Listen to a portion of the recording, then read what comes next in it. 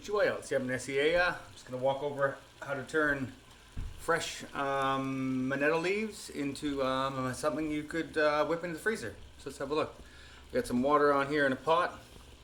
It's about, I would say, 1 cup of water in a 6-liter pot.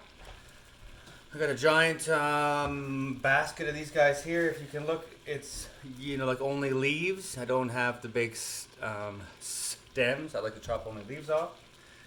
I get the water hot in the pot. I just whip the leaves in the pot. You can hear it, eh? It's just gonna wilt them down. You don't want to like roast them or anything in here. You just want to kind of get them wet and hot, and they'll wilt their way down. See, there was not a lot of water in there.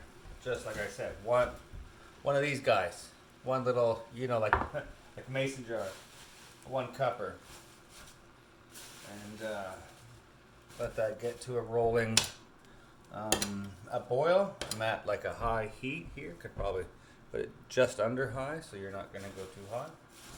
And just keep rolling it over. You want to pull it and roll it, and every once in a while you're going to find little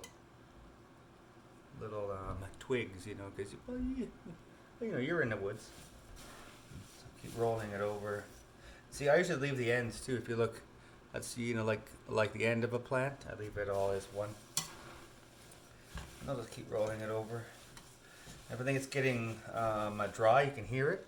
It starts like sizzling.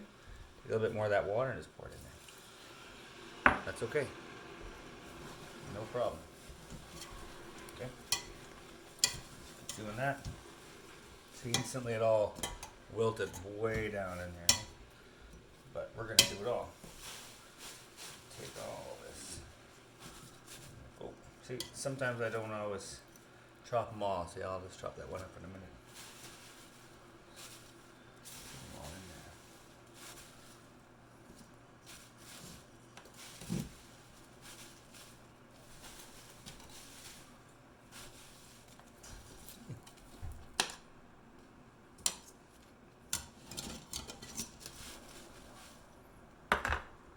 Water.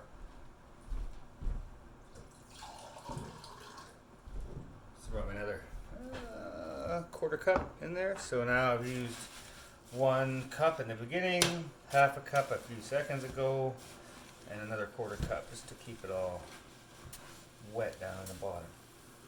The rest of that in there. So, all in all, probably close to 2 cups of water in there.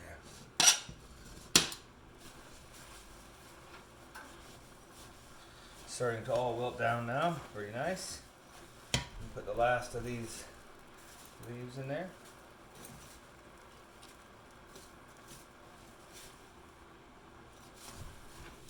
Okay.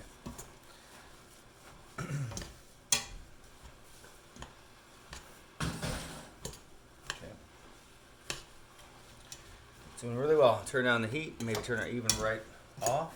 Right now, see it's 99% of the way wilted down in there. They're all kind of wet and almost translucent. So, wilted down. And we're gonna get the using art ready here. Salaboo going on down there. Drop that in.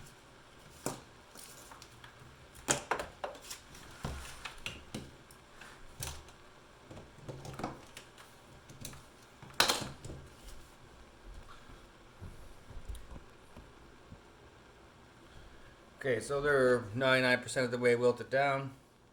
The heat's off. Here we are. They're all kind of smashy-mashy.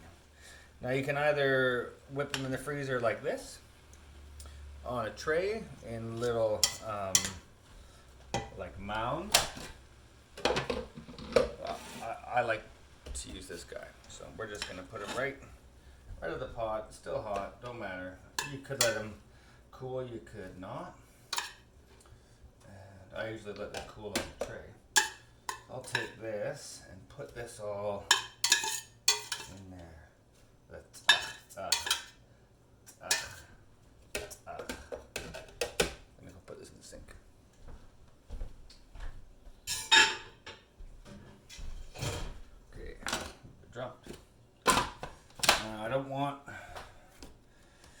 puree it. I'm not working on, like pesto or anything. So just a few chops.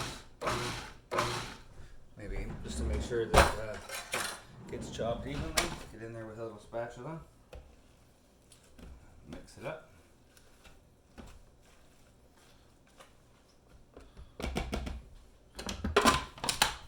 Couple more chops. And you're probably set. I like to take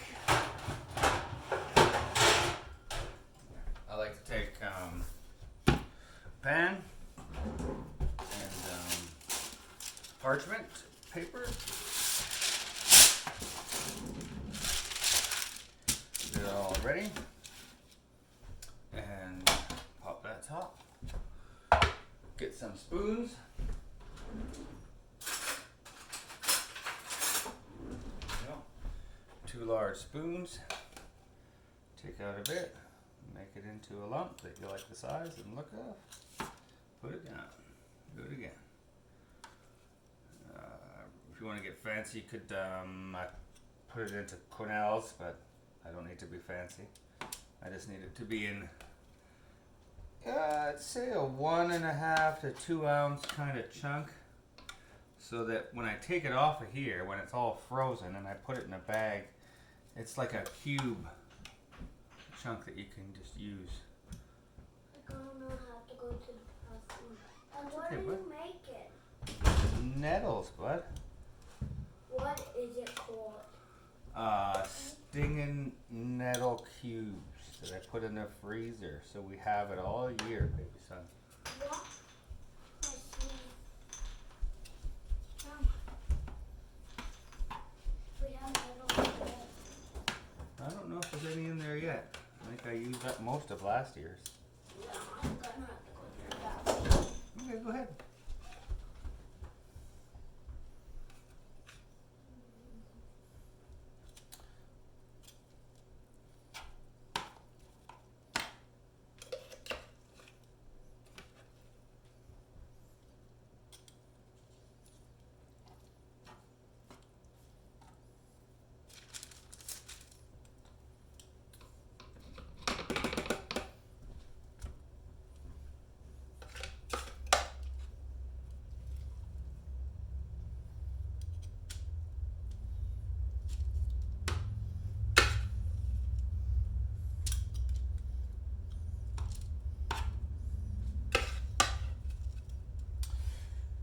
I used to use an ice cube tray because that was good, but then it started getting stuck in the ice cube tray, and that was always hard to solve.